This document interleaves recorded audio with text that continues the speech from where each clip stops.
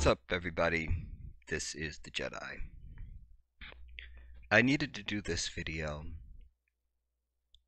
in defense of my sister, my Muslima, and to highlight a larger issue of why she is receiving so much scrutiny right now. It's interesting, in the era of #MeToo and Time's Up, and then this fake Michael Jackson lie documentary of trying to assassinate and attack this man in his grave, and that we're so concerned about victim shaming and the alphabet community and all of this, but this is still okay to attack this glorious, intellectually superior, beautiful Muslim sister. And I'm not having it. Because you see, what's at the core of it is, once again, all the problems in this country and indeed across the earth are caused by white people. You can depend on them to trip over anything that they can't emulate, anything they refuse to try to understand, or anything they can't control. This is why Muslims are so dangerous to them. Dangerous, you see. This sister is glorious, and she's only the beginning. She's only the beginning. You see, Keith Ellis from Minnesota was Muslim. But I never saw him wear a kufi. I never saw him wear a galabia. I never saw him wear any traditional Muslim clothing. That's fine. This is no critique of him. I'm contrasting. So it was okay. They didn't talk about him a whole lot. Probably many people didn't even know we had a Muslim brother that was serving in the Congress, But alas, he was. But here now comes, because you have Rashida Tlaib, which I don't know what she's claiming to be. I assume she's Muslim, but she doesn't cover. She doesn't wear hijab. I don't see her wearing traditional Muslim clothing. But Ilhan Omar does. You understand? And as I've said, for me, there's not a better expression of a woman, her power and her beauty, than a Muslim woman. It just ain't, y'all. It just ain't. I'm so sorry. I'm so sorry. Because when you can interact with a woman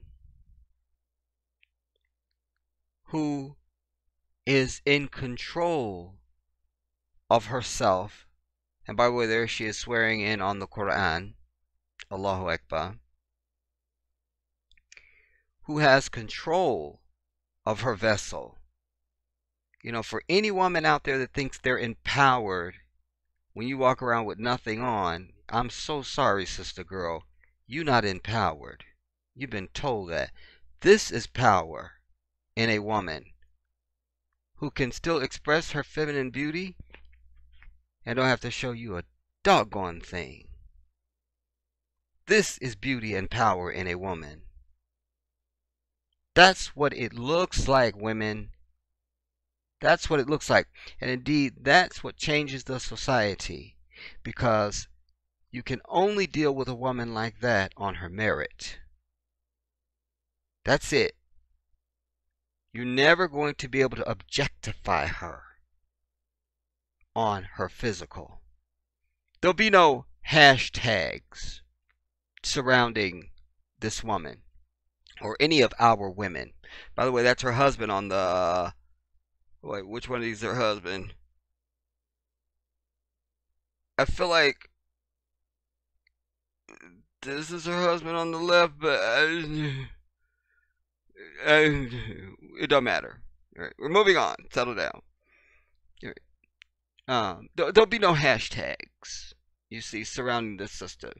And that's one of the things that irritates these, certainly these fake white Republicans, you know, and even Nancy Pelosi and all these people in Congress that want to lick the behind of these fake people who proclaim themselves to be Jews when they are not. You understand? Hear this news flash for all people who don't know this. The only Semitic people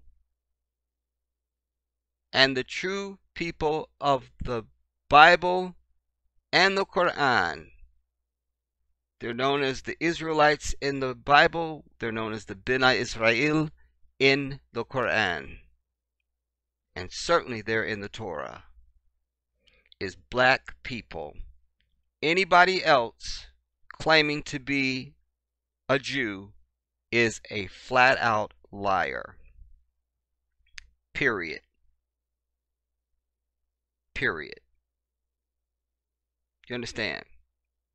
And so this whole thing with this focus on Israel is nothing but Zionism, and Zionism and Judaism are two separate things. A Zionist and a Jew are two separate things. Now, that doesn't mean you can't go out and study the Jewish faith and say, oh, I think I'd like to follow the Jewish faith and become a Jew.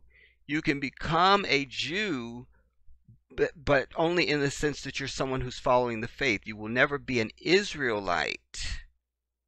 That's the thing. That's the thing.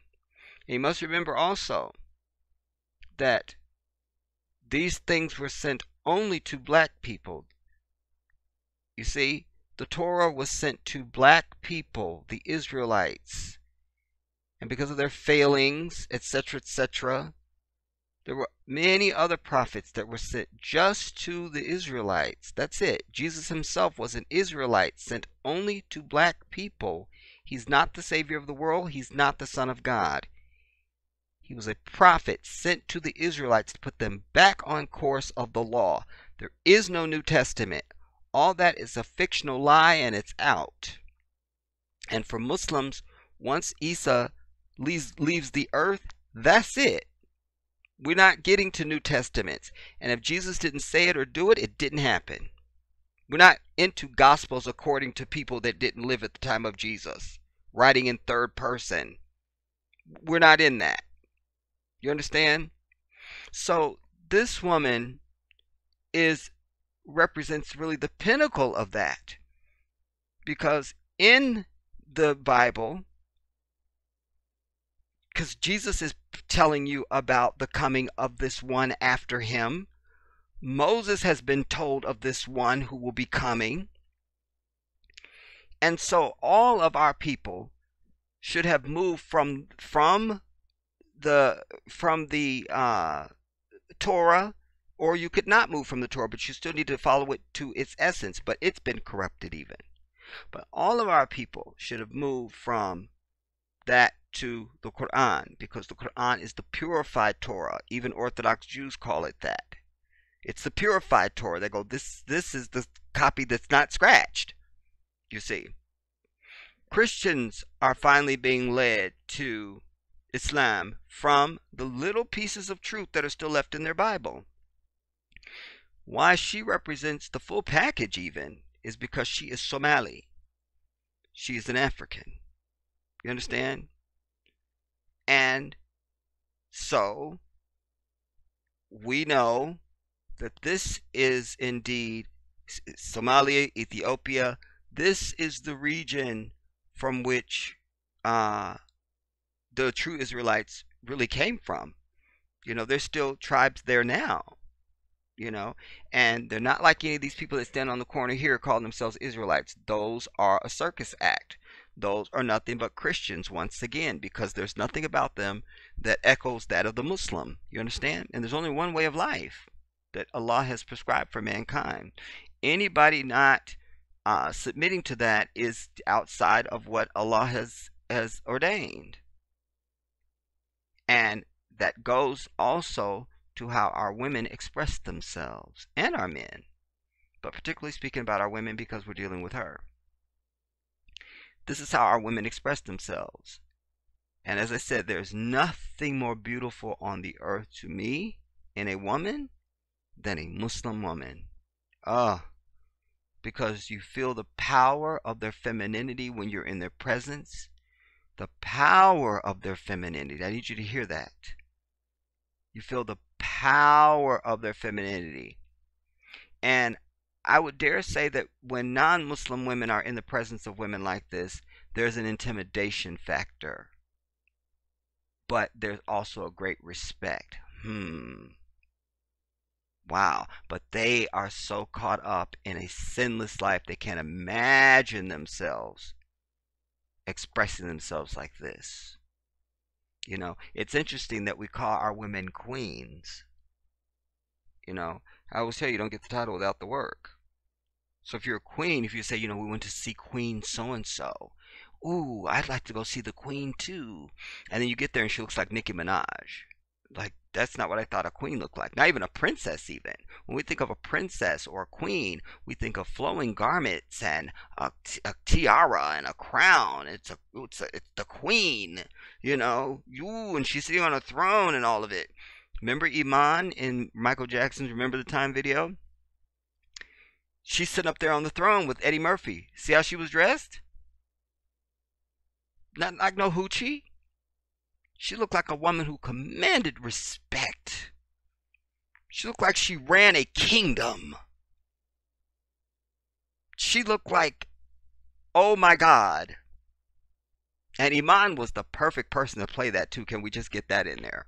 Because, like, she embodied all of the ancestors of woe. When you say, my God, Iman. Wow. Wahaha.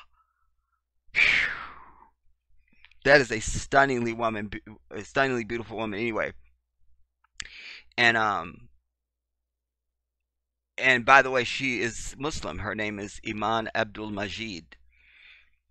And oh my God. And Iman is your faith. When we say make sure you guard your iman, it's like it's your faith, but it's also guard your actions. Don't get caught up in, don't let yourself be weak into sin and temptation. Guard iman. So iman, you see. But anyways, she was stunning as the queen in Remember the Time. Like, I wept looking at her. Her beauty was so profound. Not just physically, it was just, she represented everything about a woman. You understand? It just, like, that's a woman. And I love that. I love that when I see power in women. Power that reflects their very essence of why Allah created them. You understand? The very essence of why Allah created them. Women are not to be flaunted or to flaunt themselves. You understand? And yes, they can be just as intelligent and more intelligent than men, because women are smarter than men. I've seen that in my own life. As brilliant as I like to think I am, I'm absolutely always willing to give it over to a woman who is worthy. Not all women rise to their capability. So, it's in them, but everybody ain't expressing it. But I love when I'm in the presence of a woman who is smarter than me. I love that so much, because she is she's the woman, she's the mother on earth. She has a special relationship with Allah, and I am happy to be um, on the lower end in her presence. You know, you just want to bow. You just want to bow. This is not a woman that's going to ever get a cat call. You see, she doesn't have to worry about that. She never has to worry about a cat call. It won't happen. All right. But why I'm profiling her now is because she's in a dust up because of telling the truth. And you know, the moment you tell the truth about anything, white folks have a problem. As long as you deal in a world of fakery and lies, that's where they dwell and they're happy. You know, it's like rats. Please don't turn on that light. Let us be rats and roam in the dark in our happiness as rats. You see.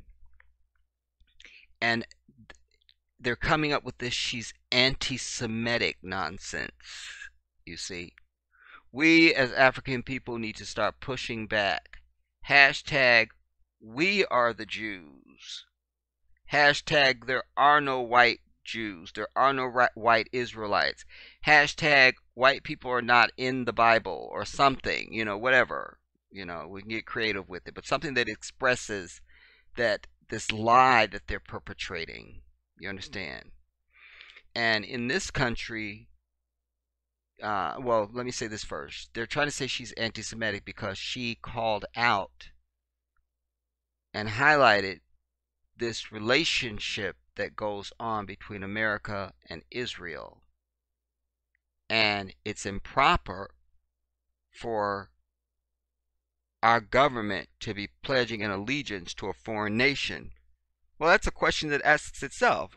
Why are you pledging yourself to another nation? Why? And this really goes on, everybody. You'll remember Cynthia McKinney, who got into issues because she would not, when she was, I think she was running for a second term of Congress or something. You know, you get so much money from your party to help you run in your district and da da da da da. And so everything was, her campaign was going great and everything was ha ha ha. And then they're like, you know, did you sign the pledge for Israel? And she was like, no. And then she wouldn't sign it, and it all changed. It all changed. Now you don't remember her name. You feel me? But this is a real thing, and I'm going to show you that.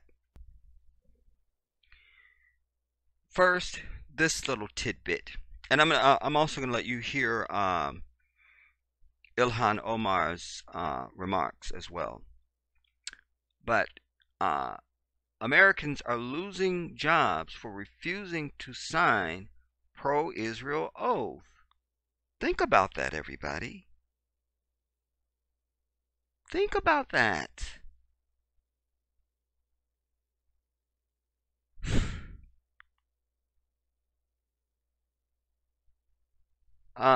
There's a great deal of ire coming from the realization that foreign powers like Russia and Saudi Arabia have likely been exerting an alarming amount of influence over U.S.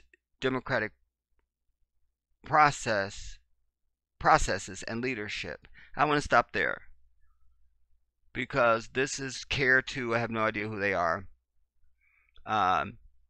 This is from December of last year.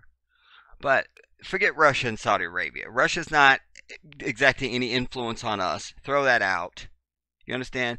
Because remember this also, everybody. After all of us vote in elections, it don't matter what we do. You have that damn electoral college and those delegates, the super delegates and all this nonsense. Show me now where the Russians got to them. It didn't happen. There are no Russians. I already broke down for you why the Orange Circus is president. You understand? Saudi Arabia. Well, they've always had, they don't have influence, but they have favor. And there's a difference. You know, they have the oil. So we don't attack them. We don't criticize them in the way we do other countries. Because we just don't want to mess up the oil. It's not the same thing as how they treat Israel. Israel is treated like this sacred. It's so sacred. And it's just so sacred. And just the sacredness of it is just also say no. Um,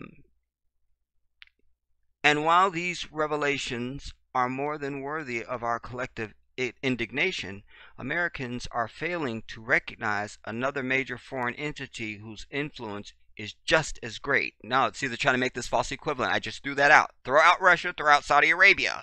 You understand? So I'm going to reword this and say Americans are failing to recognize the foreign entity whose influence is the greatest. And that is fake ass Israel. That's how it should read. You see, they're trying to tiptoe and be nice, and we're not here for that. We're here for the truth. We're not going to deal in false equivalents. Well, it's Russia and it's Saudi Arabia and it's Israel. And no, nobody has to sign an oath to Russia. Nobody has to sign an oath to Saudi Arabia. You have to sign an oath to this fake ass place, this illegal state. This heist state of devils that went in and took over Palestine. And this country sanctioned it. Yeah, go ahead, Haas, we're behind you. For more than a decade, people in the United States and elsewhere concerned about Israel's treatment of Palestinians have come together as part of the BDS, Boycott, Disinvest, and Sanctions movement. It's modeled after an activist strategy used decades ago to protest apartheid in South Africa. You must say it like that, everybody. South Africa. Say it! There will be an oral exam on this. South Africa. All right. Both aim to apply economic pressure to encourage meaningful political change. All right. I want to say this too. I, as an individual, I don't support anything that supports Israel. It's very easy to do.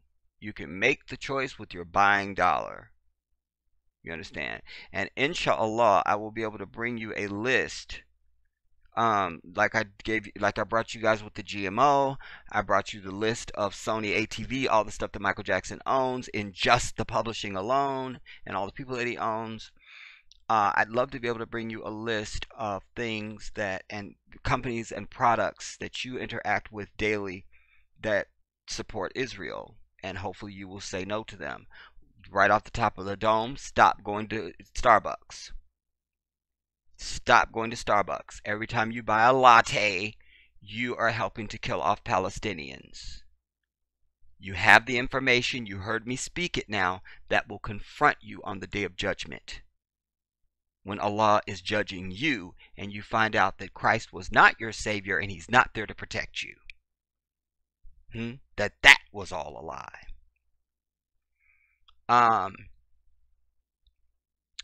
Now, however, did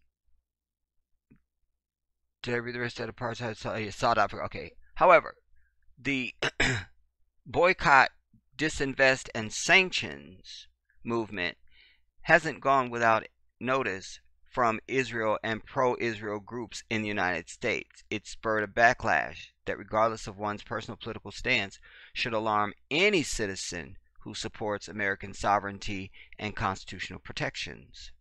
Since 2014, 102 laws, hear that, 102 laws have been passed, on state and local levels across 26 states, which in one way or another prohibit American citizens from participating in this boycott, disinvest, sanctions activity. At the moment, about 13 states are considering similar legislation. some of these laws have gone so far as to allow employers, even public employers, to require that workers give an anti-BDS pro-Israel pledge. My ass. It'll never happen. It will never happen. You understand? This is a problem. And as I pointed out in previous work, when no other leader from any nation comes and stands in the chamber of Congress with both houses assembled and addresses them like the president does at the State of the Union. But this Bibi Netanyahu dude stands there, and they stand up for him and clap just like as if it was the State of the Union. Why is he standing there? This is a problem, everybody. It's a problem. Because I suggest to you that, once again, because just like you have white devils that run this nation, that killed off the natives and all that, it's the same white devilry there. Just think of it as just like white devil annex in the U.S. You know how you have a university and then there's like an off-campus annex that may be several blocks over or something, or just, but that's the annex. So just think of this, a white devil annex is what Israel is. They are Zionists. Orthodox Jews, people who follow the Jewish faith, they don't even like them and are against them.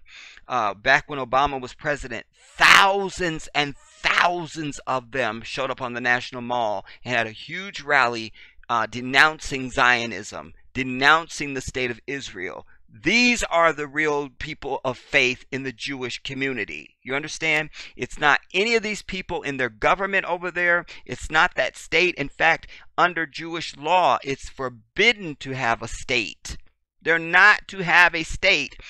So far, it goes so far that even if there's a patch of land that nobody owns, nobody lives there, it's barren, just some tumbleweeds and snakes, they're not allowed to inhabit it and have a state. That's under Jewish law. Do you understand? So this whole state of Israel is illegal from a moral point of view, and it's also wrong from a religious point of view. They are not to have a state and a flag and all that stuff. It's forbidden. It's forbidden in the Torah. You understand? All right. Bahai Amawi, and we're going to see her in a minute. Well, as she's in this, right? Because was this the one she's in? I scanned down. Oh, you'll see her. You'll see her. All right.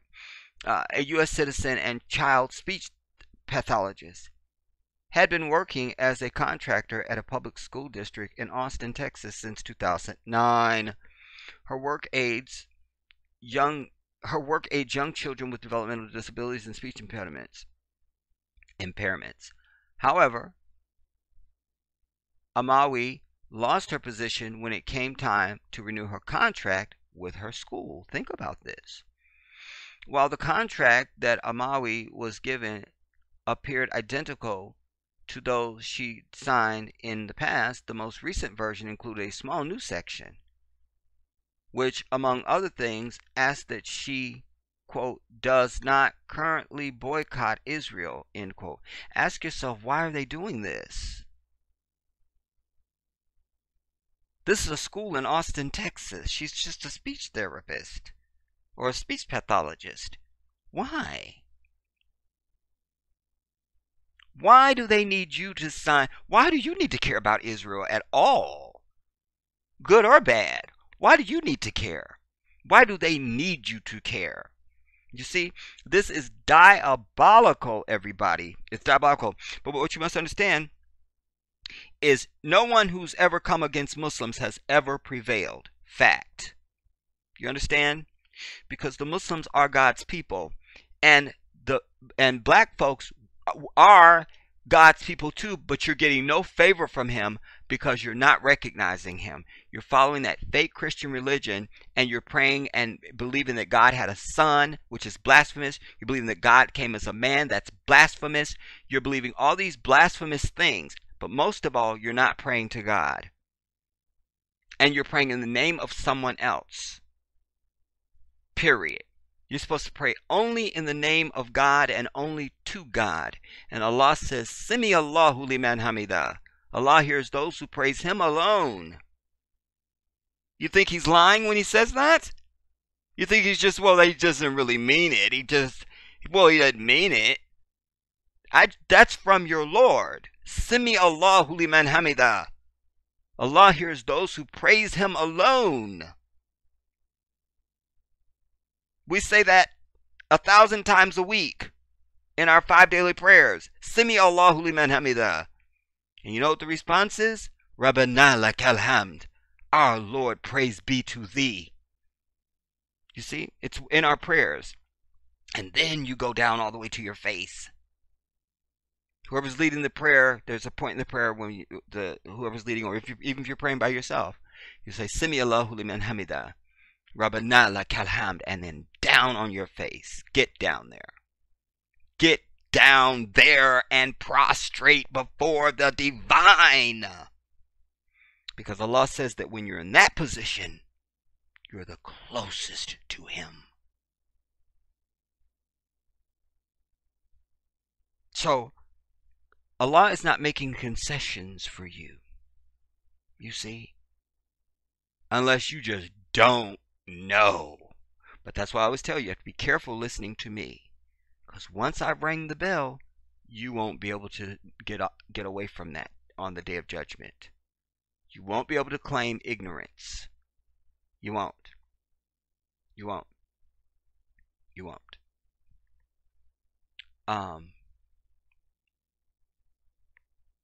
So, she was supposed to sign this thing saying that she would not, or that she would not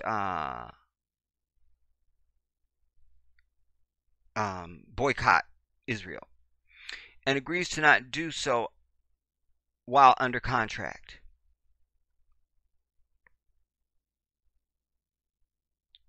It then included technical legal terminology specifying what this entails, including taking any action that is intended to penalize, end quote, and any individual or company connected to Israel or and quote Israel-controlled territory.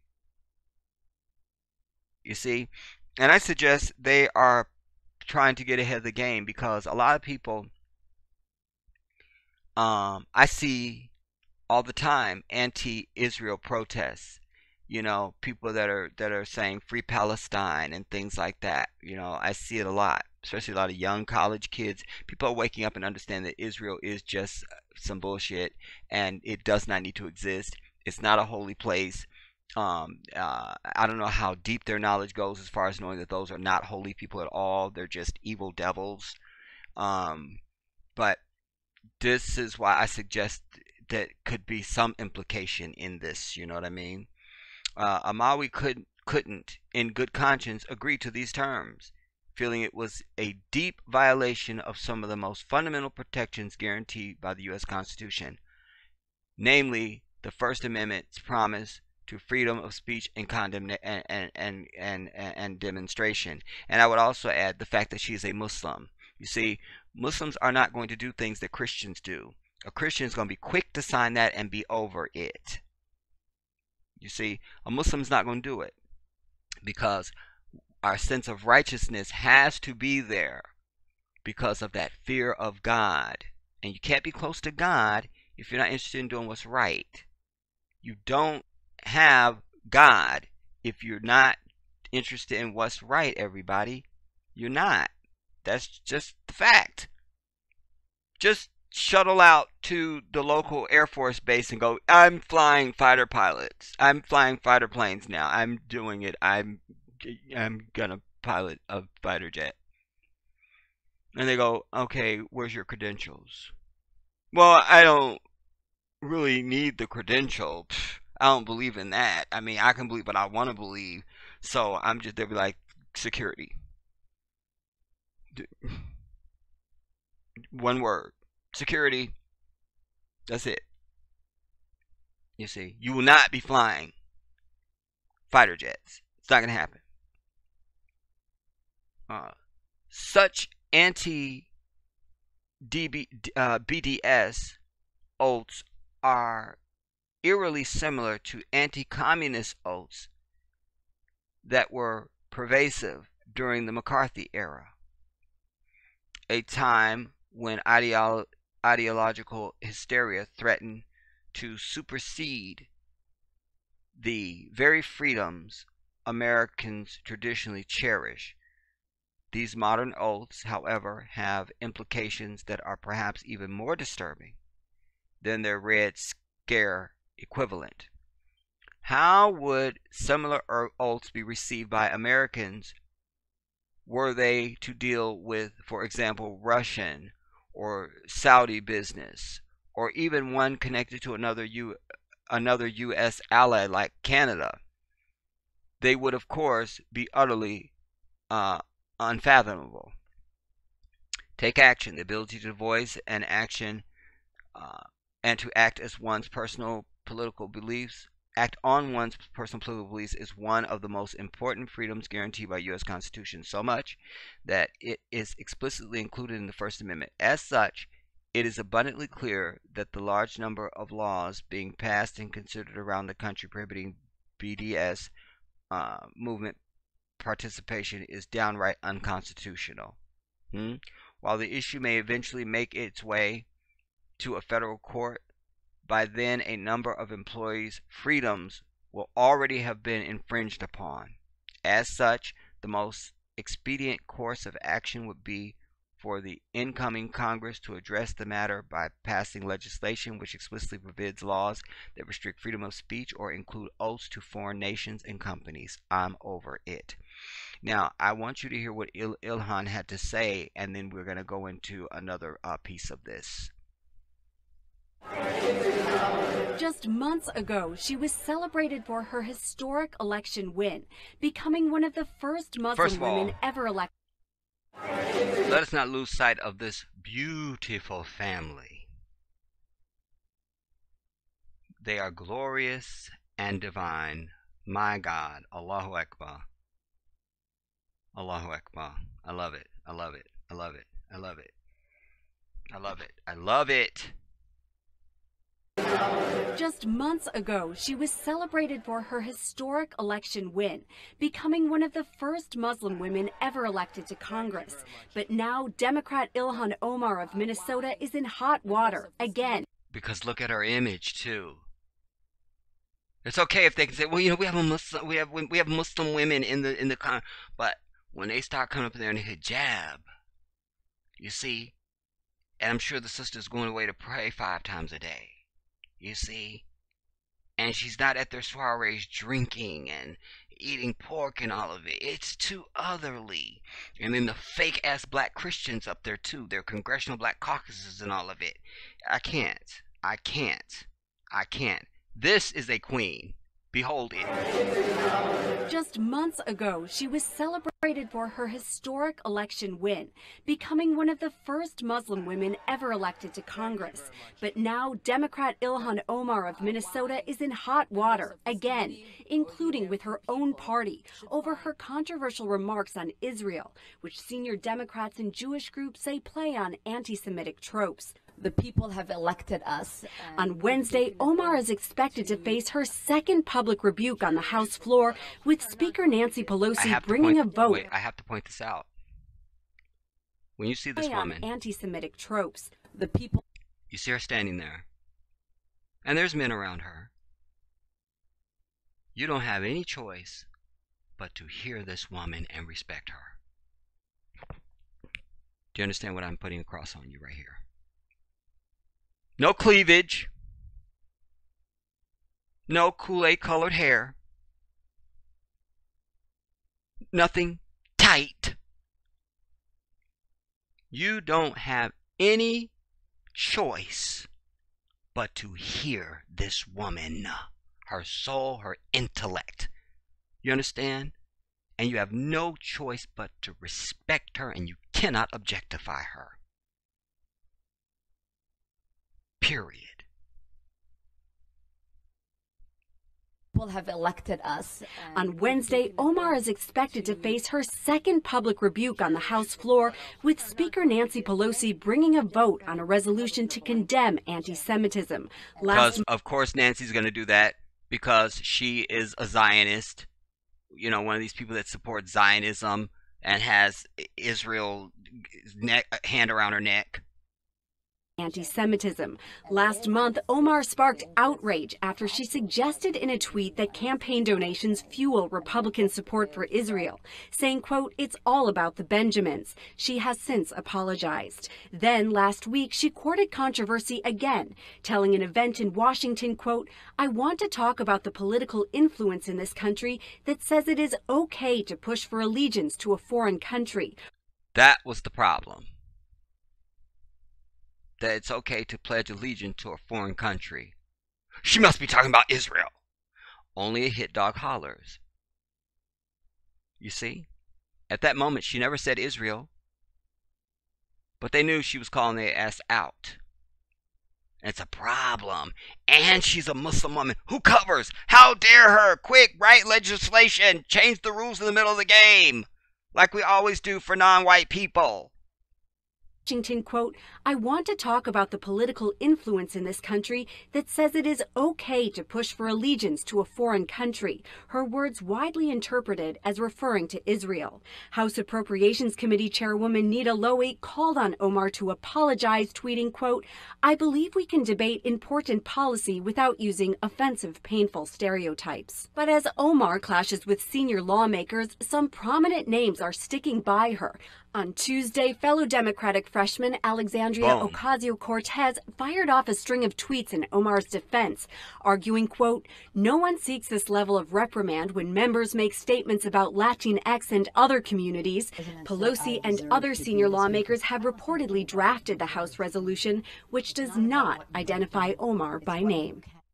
But they still drafted it, you understand? Like, why are you so hugged up with these people? You understand? Because it's time for the Israel lie to be shattered. It's time. And the great irony of it is that when these people were fleeing, because historically, Muslims have always protected Jews. Always. Orthodox Jews. But even that they weren't Jews, it is the way of Muslims, and certainly in Muslim lands, to accommodate. Because we understand that we don't own the earth. You understand? We don't own the earth. You don't even own your life. We don't even carry life insurance policies. Because you don't own your life. Allah owns you. He is the one who created you and breathed life into you. And He is the one who has decreed the day and the hour that you will come back to Him. Inna lillahi wa inna ilayhi raji'un. From Allah we come and to Allah we return. So, they would have accommodated any refugees or people that had been persecuted, allegedly, and all of that. You know, they would have given them, they would have let them stay in their own homes even. But it's not the way of the white man to go and be amongst. He must kill and murder and take and rule. You see? This is the problem. This is the problem. Even here in this nation. Murdered off 139 million natives. Just murdered them off. We're supposed to forget about that. No, forget that. That didn't happen. That didn't happen. It was the forefathers that founded this land and made it so great. And forget slavery, because they didn't build the whole country and make it possible for our economy to be what it is now. Throw that out. Throw that out. Don't look over there. Don't look behind the curtain. Hear what we're telling you. America's the greatest nation ever, and we pulled ourselves up on our own. None of it is the truth. The biggest welfare case on the earth, the biggest murderer and liar on the earth is these people. The biggest disruptor of humanity. All statements of fact. get into it. Okay, hear this now. Israel, because it has been a point of contention. How can America work productively towards a just and lasting peace between Israelis and Palestinians, in your opinion? By having an equal approach to dealing. Well, and I would throw something else here, because it's what I always say. You can never have reconciliation without acknowledgement. Doesn't matter who the parties are, what their conflict is, or what their relationship is to each other. You hear this. You can never have reconciliation without acknowledgement. In this case, they have to acknowledge, yes, we are murdering, lying, devilish thieves who came in and murdered off millions of Palestinians. We continue to attack and oppress and kill them to this day, and we have to stop what we're doing. We acknowledge it. This is how we've hurt you. This is what we've done. You got to acknowledge. Then, and atone and swear to never do that again. Then there can be reconciliation. You see? It's like in a marriage. You know? You keep lying to your wife, it's going to be problems. Either you just leave her, or you just come clean. This is what I've done, this is how I've hurt you. Put it all out. Confess everything. Acknowledgement. And then whatever's going to happen after that will be some form of reconciliation. She leaves you, she forgives you, whatever. You renew your vows, you go to counseling, who knows? You know, maybe she just throws hot grease at you and you spend several weeks in the hospital and then you can be in love again. I don't know. All right, I hear things. People tell me things. They tell me things. All right. But there can never be reconciliation without acknowledgement. In your own personal life, when you have any conflict with anyone, don't just let stuff go and we're going to just move on. No, there is no moving on. There is no moving on, at least not in my life. We're not moving on. We're not going nowhere. I need you to acknowledge what you've done. Tell it to me. Acknowledge it. You see, it could be something petty. Somebody just steps on your shoe. You don't really mind they stepped on your shoe. It's just that they didn't say anything. They just stepped on your foot and just kept on going. No. Hey, excuse me. Because what you're really seeking is an acknowledgement. Do you see that you just stepped on my foot? Oh, my bad. I'm sorry. I'm sorry. Now I can move on. I don't need to punch you. You see? With both. Most of the things that have always... And lasting peace between Israelis and Palestinians, in your opinion? By having an equal approach to dealing with both. Most of the things that have always been aggravating to me is that we have had a policy that makes one superior to the other. And we mask it with a conversation that's about justice and a two-state solution when you have policies that clearly prioritize one over the other. Such as? Just our relationship really with the Israeli government and the Israeli state. And so when I see Israel institute law that recognizes it as a Jewish state and does not recognize I don't know what's happening. The other religions that are living in it, and we still uphold it as a democracy in the Middle East, I almost chuckle because I know that if we see that in any other society, we would criticize it, we would call it out. We do that to Iran, we do that to any other place that sort of upholds its religion. And I see that now happening with Saudi Arabia. And so I am aggravated. And that's the end of the clip, and then it goes into something else. But yeah, she's absolutely right. This is the only place that they do all this for, And you're not allowed to talk about their stash of nuclear weapons, you know, and America gives them billions of dollars a year, you know. It's disgusting, dude. It's disgusting. There's no other word for it. It's downright disgusting and immoral, and they will burn on the great day of judgment. Allahu Akbar. And one has to ask if the YouTubes and the Instagrams and Facebooks and all of it of the world have this pledge. You understand? It's diabolical. It is diabolical. This was this other sister that was mentioned in the previous article. She lost her job, her school job, after refusing to sign a pro-Israel pledge. Now she's filing a lawsuit. First, I think we'll see the video. We'll see the video first, and then we will then we'll see the article. I think I'll do it like that. So let's see her now. This is Bahai. Would be forefront for an issue or for a cause. I'm not a major activist, no. I'm not. I'm a busy mom of 4 kids. For me, it was like an opportunity for me to do something because my kids were watching me, first of all. And I always tell my kids, when you see something wrong, you have to fix it. I'm a speech-language pathologist. I have been contracting with Pflugerville Independent School District for about...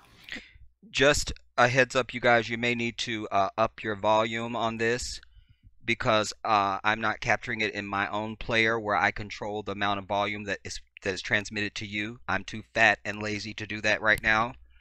So I'm just playing it directly from the YouTube video itself. So you may need to turn up your volume because she is soft-spoken and the volume is just not real good on this. So just turn up your volume just in case. For me, it was like an opportunity for me to do something because my kids were watching me, first of all. And I always tell my kids, when you see something wrong, let's start you have again. to fix it. But I would be forefront for an issue or for a cause. I'm not a major activist, no. I'm not. I'm a busy mom of 4 kids. For me, it was like an opportunity for me to do something because my kids were watching me, first of all. And I always tell my kids, when you see something wrong, you have to fix it. I'm a speech-language pathologist.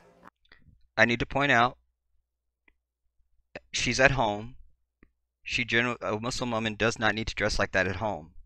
She's dressed like this because she's going to be filmed.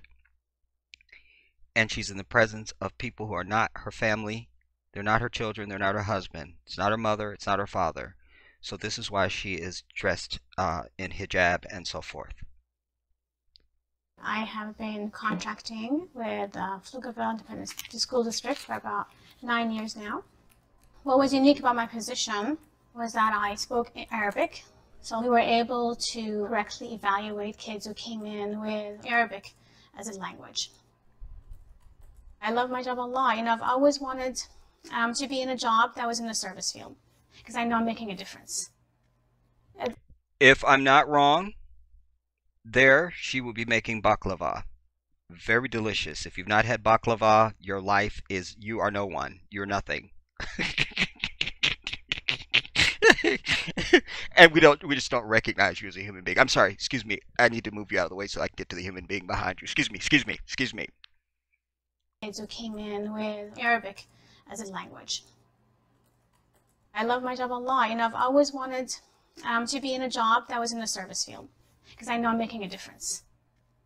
This year, I got a new contract with new compliances, and I came across one that shocked me. In 2017, Texas passed a dumbass law that bans state agencies from working with contractors that boycott Israel. All this, you see? Well, but as soon as you say reparations, well, how would we do it? What does that mean? How would we do it? We just don't know how we could do it. We just don't know. it's always show us the ass when it comes to us. But they move heaven and earth for a country that's not even here and that's illegal in somebody else's land. Stop me when I lie.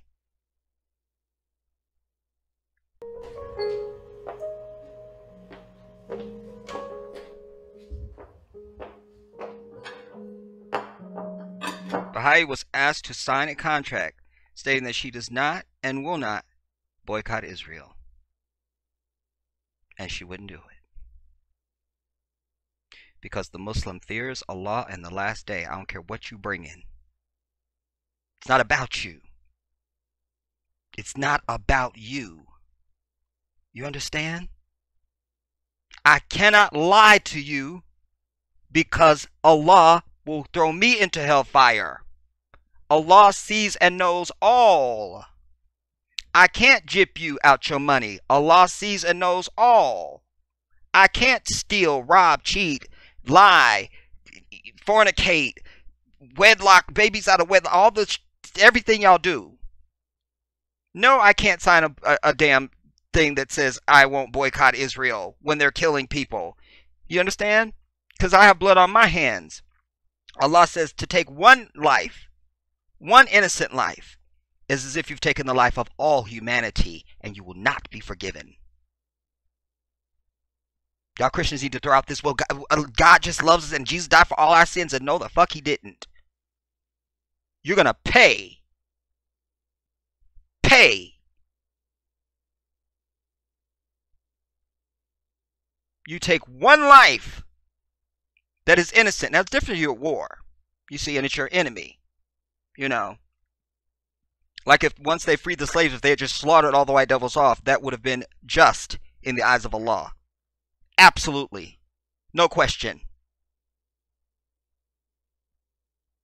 But you take an innocent life.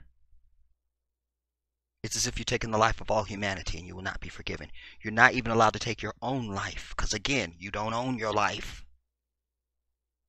You don't own it. You don't own it. So you don't have suicide bombers in Islam. You understand? That's made up by this devil. You're going to tell me somebody is a fanatic Muslim. Anybody that's fanatic, like if I'm fanatic about Janet Jackson, I know her birth date, I know her favorite color, black and gray. I know her height, 5'4". I know 5'5". I'm sorry. Sorry, Janet. Sorry, damn it, she's looking at me. Anyways, all right. Stay on this. Anyway, I know how old she is. I know where she lives. You know what I'm saying? I know stuff. I'm fanatic. Now, if somebody's fanatic, that means they cross every T and dot every I. If you're a fanatic Muslim, you don't do anything that is remotely outside of Islam. You understand me? Like, a quick story, y'all. It's always a moment to teach and share. Bear with me, it's worth it.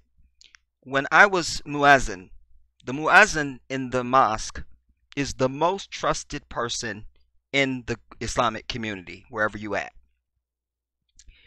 I am the keeper of the mosque. I handle all vendors. I handle money. I take care of the mosque. I make all the calls to prayer, etc., etc. I assist the imam on Friday prayer, all of this. I am muazzin. This is why I always tell you my character is beyond reproach, everybody. I am not a saint. I mean, I'm not an angel. Only Allah is perfect. That belongs to Allah Azza wa Jal. That does not belong to me. I'm saying as a human, I am beyond reproach on a human realm. And I am never the guy that's going to do you wrong. I will weep for your success, and I will weep for your failure harder than you. And I want more for you than I want for myself. But here I used to call them the technicals, because they got on my last nerve. Especially this one little brother. I'm not going to name him. But he was Pakistani. Is he Pakistani or Palestinian? I can't remember. He claims to be of the bloodline of the Prophet Muhammad sallallahu alaihi wasallam. Whatever, that's fine. Now, the time for prayers is set. And it moves because, you know, the earth moving to the earth, moving to the sun, So let's say, you know, Asr prayer is at 12:20 or something, you know, and you know it's going to be a different time according to daylight savings and all this kind of thing. So I go according to whatever the time is in our area. So let's say the second prayer of the day is or the third prayer of the day is Asr. So, or duhur is the second prayer. We'll use duhur. So let's say it's at 12:20 or something. Just I'll give you a random number, 12:20. This little dude comes in there, and if I'm ready to make adhan, the call to prayer at you know a few minutes before to connote the 12:20 time, he's coming in and changing the time, and no, it'll be like 1 minute. Like I was ready to punch him in his face in the mosque. Astaghfirullah. Like if you don't get your, you know, but I'm saying, so this is how serious it is. So you don't have, so even with him with the prayer times, this is not somebody that's gonna blow themselves up. It's not gonna happen. You understand? It's just like on 9/11 when they claim, here's when I knew it was a lie, or one of the early moments when I knew it was a lie. When I heard them say that the hijackers on the first plane, one of the first or second plane, that from the voice recorders they were yelling Allah Akbar, which is only white devil people say it like that. There is no Allah Akbar, everybody. Throw that out. I'm a Muslim. I will tell you. It is Allahu Akbar. You understand? Which means Allah is the greatest. No Muslim, first of all, no Muslim is flying planes into a building to kill innocent people because they're going to hell. That's first. Remember, these are supposed to be fanatics. Cross every T, dot every I. No fanatic is flying a plane into a building of innocent people because that's suicide and murder. That's double. You're not going to heaven. Double. Third, any Muslim knowing their demise is at hand does not say Allahu Akbar. A Muslim knowing their demise is at hand says Ashhadu an la ilaha illallah wahdahu la sharika lah wa ashhadu anna Muhammadan abduhu wa rasuluhu. You understand? And inna lillahi wa inna ilayhi raji'un. That's it. That's it. Not Allah Akbar. I'm over it. You see? But they didn't do their work. And they know you ignorant. And they've made the perfect way of life designed by God above something evil to you. You see? And other. This is a Muslim woman. Ain't no way in hell she signed any pledges, because we only pledge our allegiance to Allah, and that's it. That's it. Long before y'all was having these stuff in the news about kids not standing for the Pledge of Allegiance and stuff breaking out because people weren't standing for the pledge and so on and so on, and Kaepernick kneeling and this and the third. Again, Muslims, we don't never do it. So, you feel me? But they know Muslims are serious. They know you're a joke. Because they gave you that in 1821. They gave you it. They gave you it. You didn't come here with no Bible. And they were forbidding you to read and write. Their language. Your language. And theirs. You couldn't speak yours amongst yourselves. Most of the slaves brought here were Muslims. Forbid you to practice Islam. Gave you this Bible. Give them that. We have untold number of stories of slaves and direct, like people that were like one generation out or something, of how their grandmother, their grandfather learned to read by reading the Bible. That's what they read. You see? I have to get that in. You understand? Like I said, when you listen to me, everybody, listen, you have to put a title on your video. That's the hardest thing on earth for me.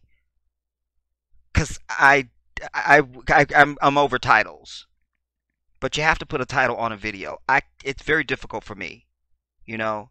I don't work well in boxes. I just don't. I'm a free spirit. I'm an unbridled horse roaming on the plain.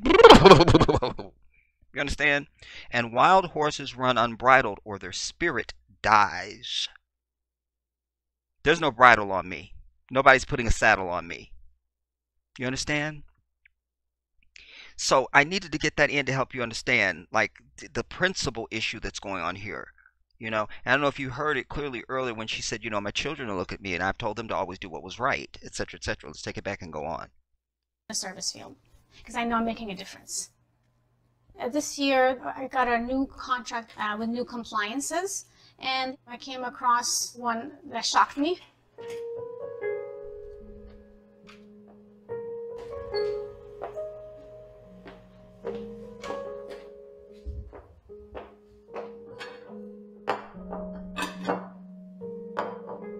The point of boycotting any products that supports Israel is to put pressure on the Israeli government to change its treatment, the inhumane treatment of the Palestinian people. Having grown up as a Palestinian, I know firsthand the oppression and the struggle that Palestinians face on a daily basis. You know, I have to set an example for my kids. We got to stand up for what's the justice and for right and equal opportunity for everybody, and humane conditions. And so for me, it was an easy decision in that aspect. You know, I could not. You see, she said she's stand up for what's right for her children and all that, and equal for everybody. But you will never see us out marching for these alphabet people. We can't condone that. You understand? We cannot condone that. We can't go out and march for murderers. We can't go out and march for gay people. We can't. Anything forbidden by Allah, we can't do it. You won't see us at the roasting of the pig with the Samoans. We can't. We are Muslims. We are people who submit to what Allah has said. Period. And the only thing that matters to us is that. And the day of judgment. And to keep the tenets and the law. That's it. An equal opportunity for everybody, and humane conditions. And so for me, it was an easy decision in that aspect. You know, I could not sign it. I was forced to depart from my job because I will not sign it. Zainab and Amina. Those are children's names. Oh, like, well, wait, shut up, Jedi. Shut up so we can hear this. And humane conditions. And so for me, it was an easy decision in that aspect. You know, I could not sign it. I was forced to depart from my job because I will not sign it, and I cannot return back. I was forced to depart from my job because I would not sign it. I ask you now, how many of y'all ask? You see? This is where the rubber meets the road, everybody. This is what separates you and your character from that of the Muslim. The Christian will make any excuse. Well, I have to feed my kids and I have to do this and I have to. No. The Muslim says, forget my job then.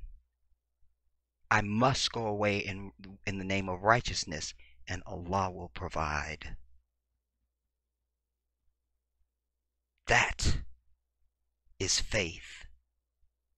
That is submission to Allah. Do you understand what I just said to you? It's very significant. It's very significant. It's very significant because Christians give in and give up and give out at the first anything. You see, these NFL players, God bless Colin Kaepernick, but all them other ones, they are Christian. They don't fear God. They don't trust God and they don't know Him. Their NFL career is everything to them. Not the last day. They're living for this life and their mansion and their Range Rover. You understand? Don't come near me. You're not ready. If I don't sign it. I have been here in the States for... Let you hear that sequence. And so for me, it was an easy decision in that She said, for me, it was an easy decision and I could not sign it. aspect. You know, I could not sign it. I was forced to depart from my job because I will not sign it, and I cannot return back if I don't sign it. I have been here in the States for over 30 years. I'm an American citizen. I follow the law, and so I have a luxury of having these rights, which many people in other countries do not have. It infringe on all my principles. And on top of that, my right to speech and also right to protest. It's baffling that they can throw this down our throats, you know, and decide to protect another country's economy versus protect our constitutional rights. I knew that I had to do something because I knew it's going to affect more than just me. It may affect also my kids. So I knew that something had to be done and I couldn't just let it pass by.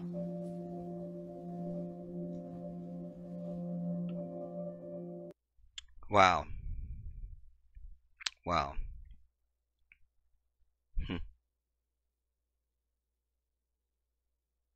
Principle, everybody. Principle. Principle. You know, you need to find out what you're made of. What are you made of? What are you willing to stand for no matter what?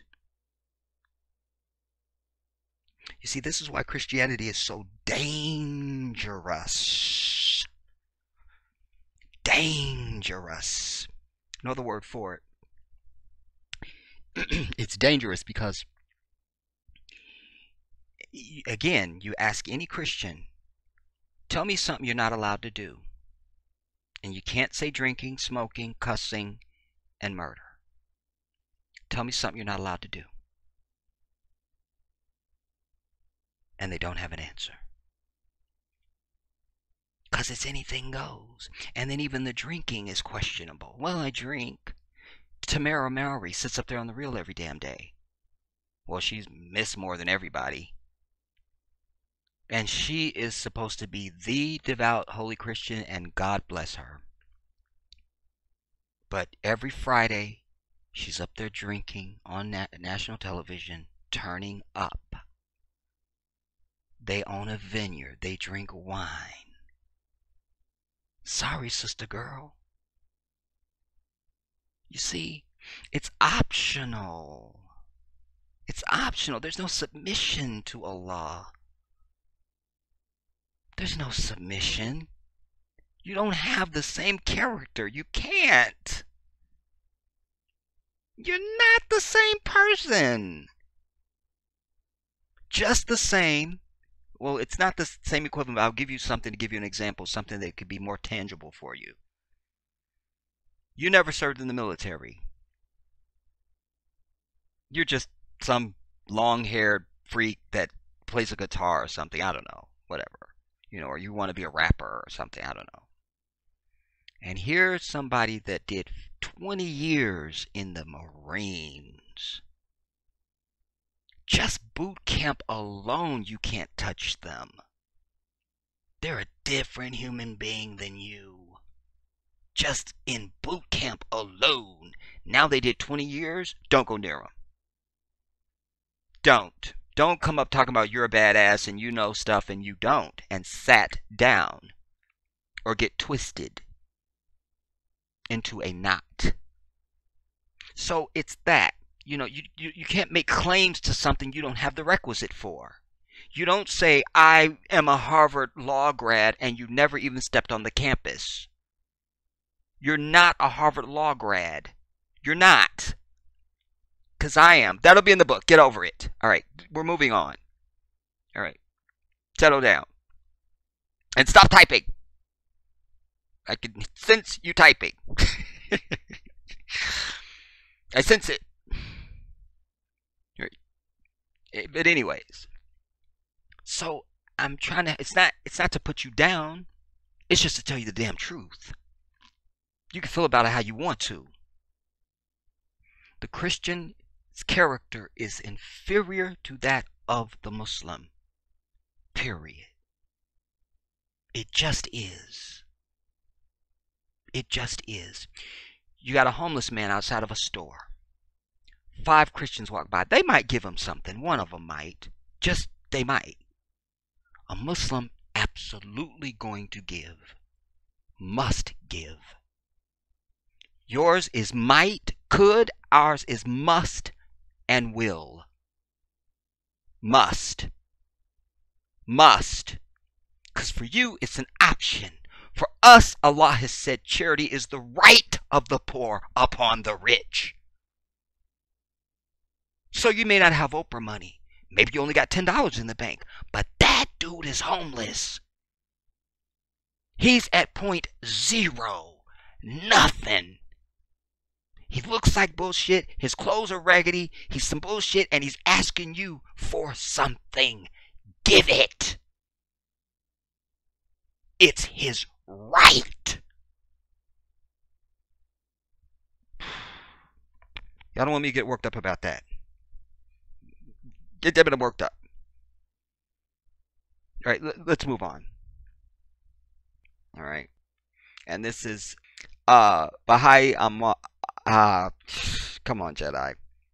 Bahai Amawi, a speech pathologist who has worked as a contractor in a Texas school district for 9 years, received a new contract agreement to sign in September for the upcoming school year. The agreement asked her to affirm that she did not boycott Israel and assert that she would not while working for the school. She declined to sign it. Amawi, an American citizen of Palestinian descent who was born in Austria, said the statement infringed on her principles. You see? Her principles. Infringed on her principles. Her stance on Israel's treatment of Palestinians and her belief in the First Amendment. So she was forced to stop working with the district. The contract, which stems from a 2017 law passed by the state's Republican-held legislature and governor that prohibited state agencies from contracting with companies boycotting Israel, is the subject of lawsuit filed this week by Amawi in federal district court in Austin. Amawi says the state's enforcement of law violates her right to free speech. And I would suggest to you there's other implications here because Muslims have business and industry and things like that. And so this would be also a precursor for them to deny them certain contracts, etc., because they won't pledge this fake-ass allegiance. Quote, my first reaction was shock, Amawi told reporters Monday. Why is the government restricting me from boycotting a certain entity? Amawi started working for the, some word I'm not trying to say, independent school district outside Austin in 2009. Her work entails doing evaluation of Arabic-speaking children, according to the complaint she filed. Texas Attorney General Ken Paxton and the school district are named in the lawsuit. In a statement posted on Facebook, the district said it was bound by the recently passed Texas state law, which it cast in a negative light. No, you're not bound because you are under the same freedom of speech as anything else. And in they claim on paper in America that you can't do anything or write any law that supersedes the Constitution. You understand? If you're going to do that, you need an amendment. An amendment.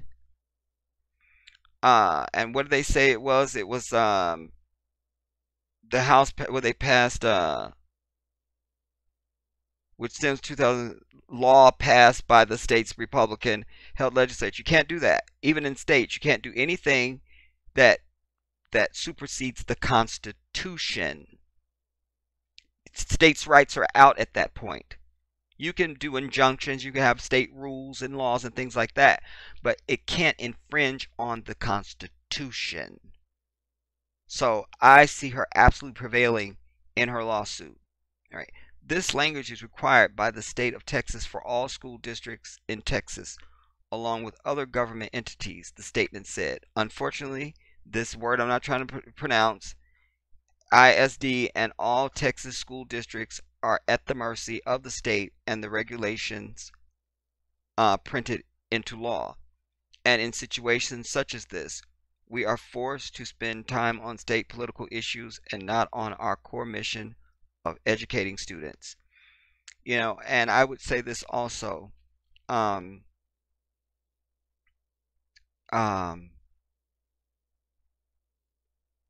Just because something is a law doesn't make it moral. And my stance is any law written that is not moral, I'm not bound to acknowledge it. I do that in my own life. If it's not moral, I don't abide by that. It's not based in morality or righteousness, so I'm over it. Texas passed a law in 2017, part of a wave of states that have passed legislation requiring that the state agencies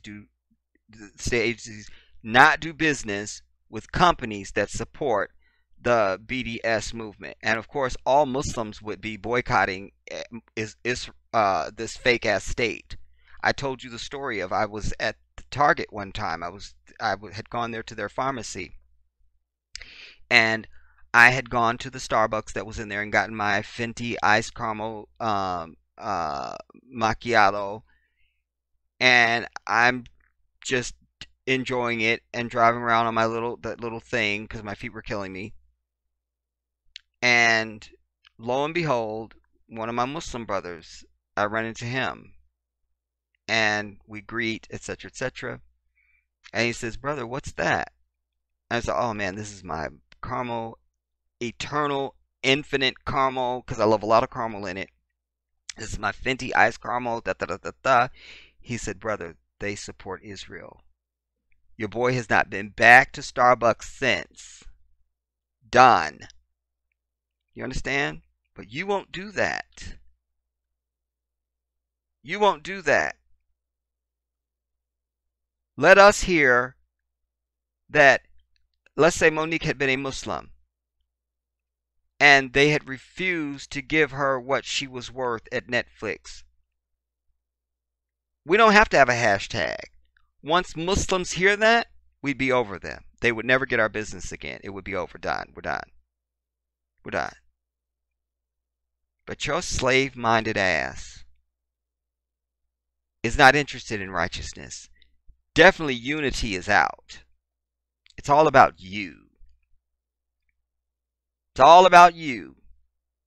You're a pathetic, trifling, individualistic ass.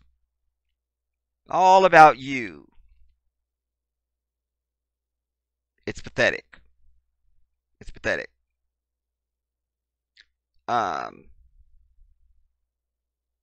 Doing business with companies that support and boycott divestments and sanctions to boycott Israel goods. The bill's language has been interpreted so broadly that the application for some grants for victims of Hurricane Harvey included a similar provision, drawing rebukes from local officials and the American Civil Liberties Union. Think about that. I'll read it again. It's so broad that the applications for some grants for victims of Hurricane Harvey included a similar provision. You've just been through a hurricane. You're just trying to get some help. Quick, sign this that you won't boycott Israel. Think about that. Think about that. Think about that. You see? It is not clear whether other states' laws have been written or interpreted in a way to include contractors such as Amawi. Oh, it's clear. It's clear. It's clear. Texas's ban on contracting with any boycotter of Israel constitutes viewpoint discrimination that chills constitutionally protected political advocacy in support of Palestine, Amawi's complaint states. Fred Smith, a constitutional law expert at Emory University, cited two Supreme Court precedents: a 1996 case that found that it was unconstitutional for government officials to retaliate against independent contractors for their speech, as well as 1976 ruling Elrod versus Burns that found it unconstitutional for governments to refuse to hire people for their political views in most circumstances. You see what I'm saying? Again, you cannot do anything that supersedes the Constitution. They said that, not me. They've said that. I don't write nothing in this asshole the devil. Texas Governor Greg Abbott, a Republican, tweeted his support for Israel on Monday as news of Amawi's lawsuit began to circulate. And I want to say this. Notice this is from 2017. And when did Trump make his asshole countries statement? When did he put the Muslim ban in place? You see what I'm saying? So they just get in line, lock, stock, and barrel. Nobody has to send a memo. They all have white evil in their hearts, and they will go right along with it. Yeah, that's what we should be doing anyways. You see? Inherent evil. Texas stands with Israel, he wrote. Period. How much more of this vomit are we doing? We're not doing this. Oh, well, it's just stops here. Okay, it's not much. Glenn Greenwald, a columnist and co-founding editor of Intercept, who writes frequently about Israel's policy as they intersect with those of the United States, wrote harshly of the contract. Quote, the language of the affirmation Amawi was told she must sign reads like Orwellian or McCarthyite self-parody, the classic political loyalty oath that every American should instinctively shudder upon reading, he wrote. Quote, in order to continue to work, Amawi would be perfectly free to engage in any political activism against her own country, participate in an economic boycott of any state or city within the United States, or work against the policies of any government in the world except Israel, end quote.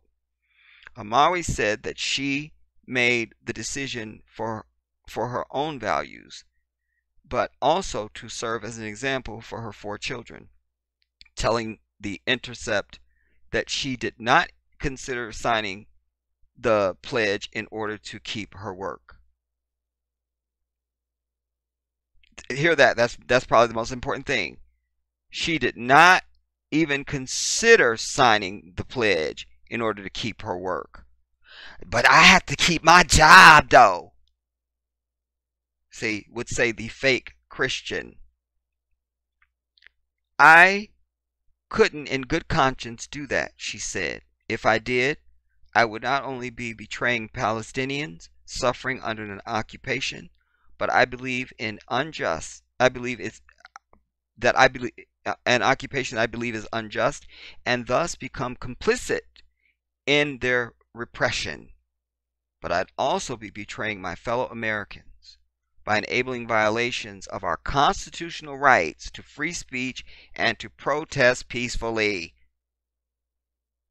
Amawi's lawsuit says she's seeking an injunction that will strike the no boycott of Israel clause from school contracts, as well as other state as well as others statewide, and pay her reasonable costs and attorney's fees. You see, and they put that in quotations because again, Muslims are not into usury.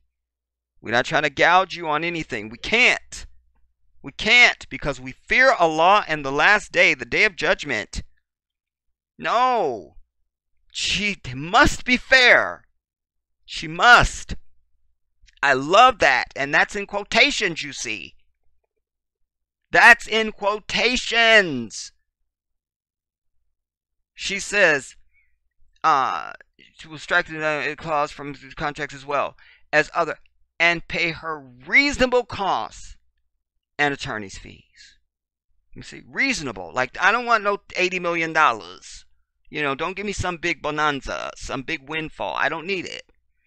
You see, it has to be reasonable and fair. That's it. The point of boycotting any product that support Israel is to put pressure on Israeli government to change its treatment. The inhumane treatment of Palestinian people, she told The Intercept. You see? This is important, everybody, because it's a principal issue, but it speaks to a lot of things, you know, some of which I've pointed out in this piece, you know. Man, I can't, but particularly this whole over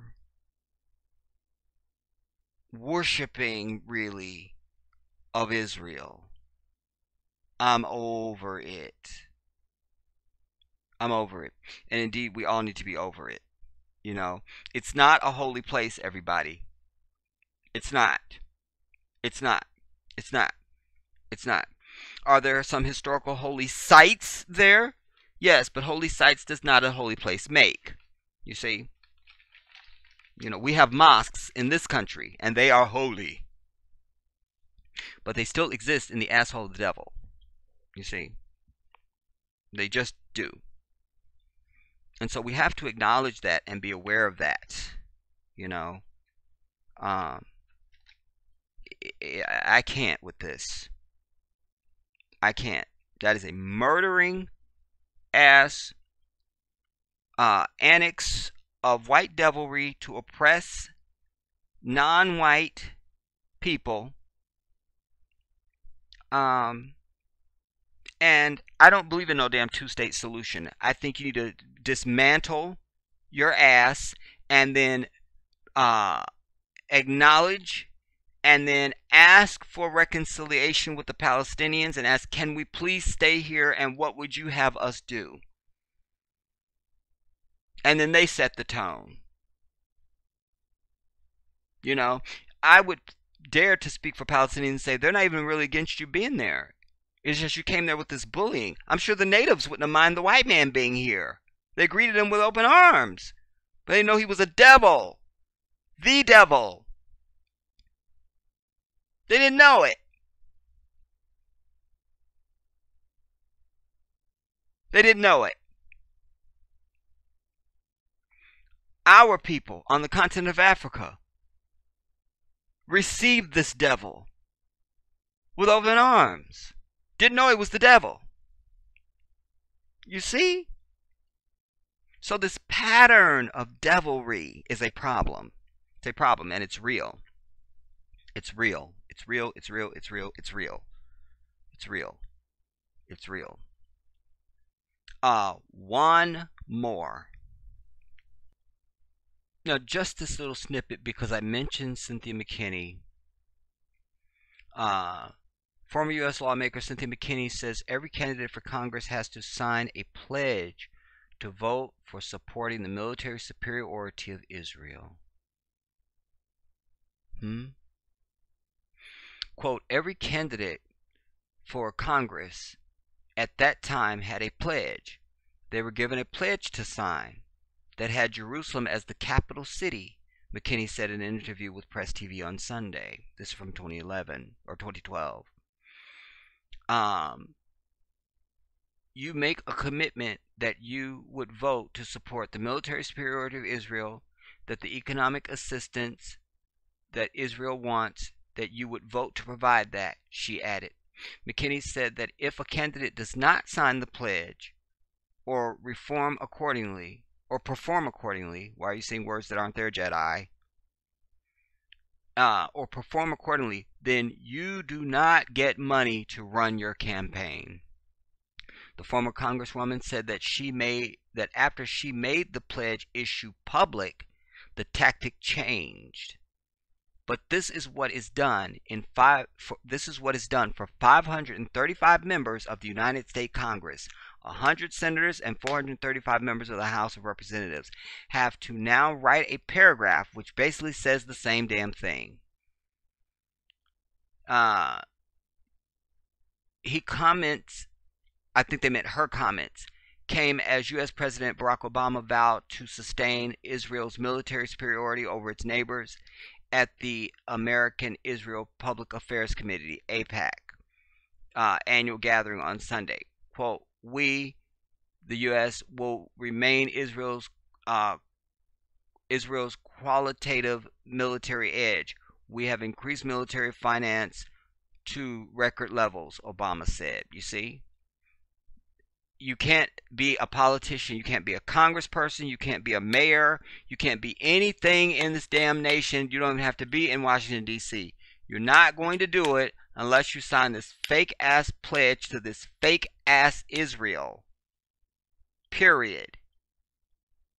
And let's be clear, there's no place before 1948 anywhere on earth called Israel, everybody.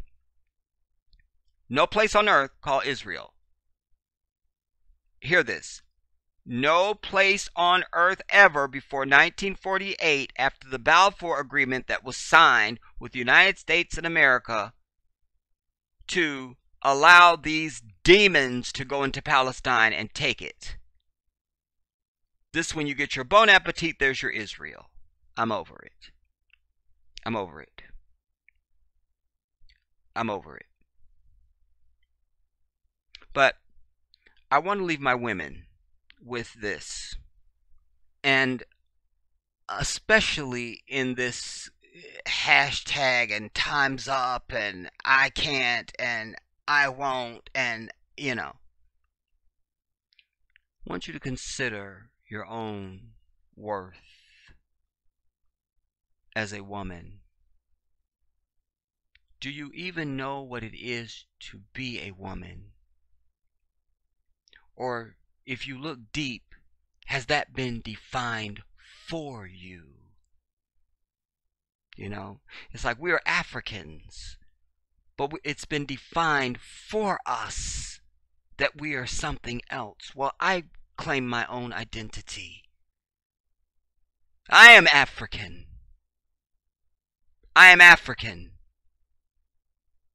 Proud. Indeed.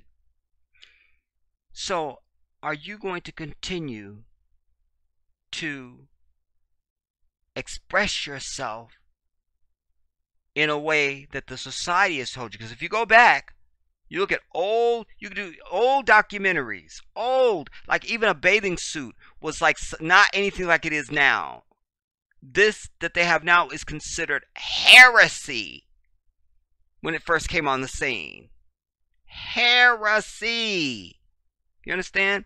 But look at this woman, how she stands out above any women around her. Wait. She certainly puts Nancy Pelosi's ass to shame, like it's over. The contest is done. But it doesn't matter. Any of these women around, anybody up there, you can't, even if she wasn't standing in the middle, you can't notice anybody but her. And you don't notice her in the same way as you notice this one on the end, even with her fake blonde hair.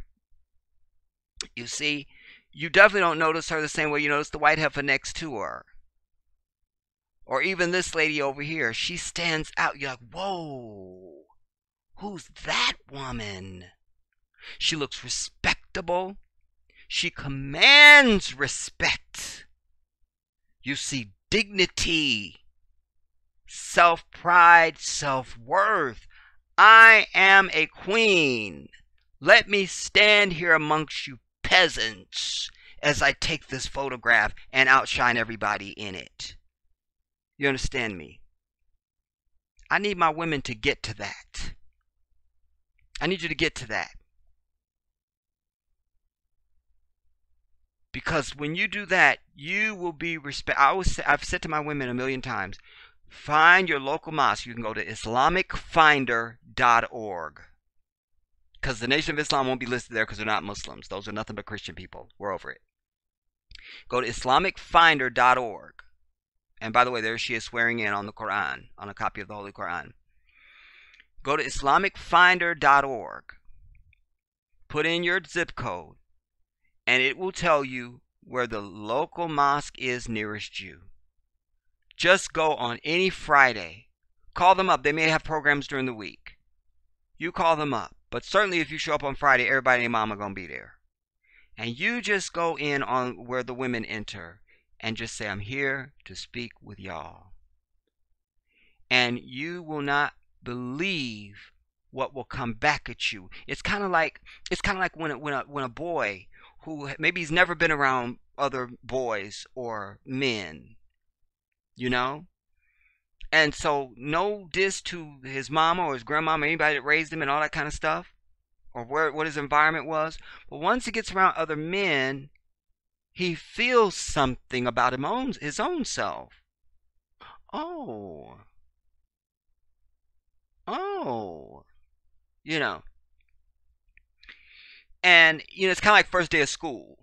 Kindergarten and all. You've only been around your family and the kids on your block or whatever, but now you're in school, and that's why a lot of kids run and cry. And I can't. You got to go in the classroom. Some kids are so tragic on the first day of school. It's the cutest thing, but you know the horror that they're going through. Oh my God. But they see like, oh, it's these other people.